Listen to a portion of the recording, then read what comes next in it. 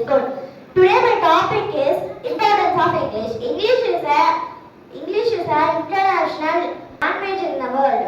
Number of English language speakers mostly talk in English only. English is the most spoken language in the world.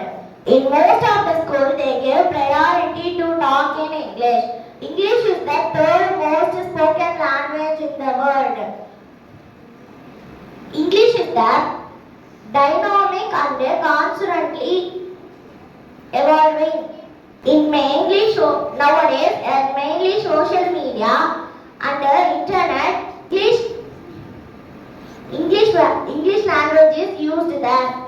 Nowadays, in all the companies, conduct interviews in English only. So, knowing English very necessary to talk in English.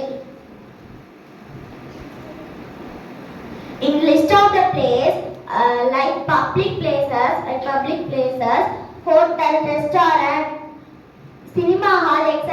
is in English. Our education system based on in English.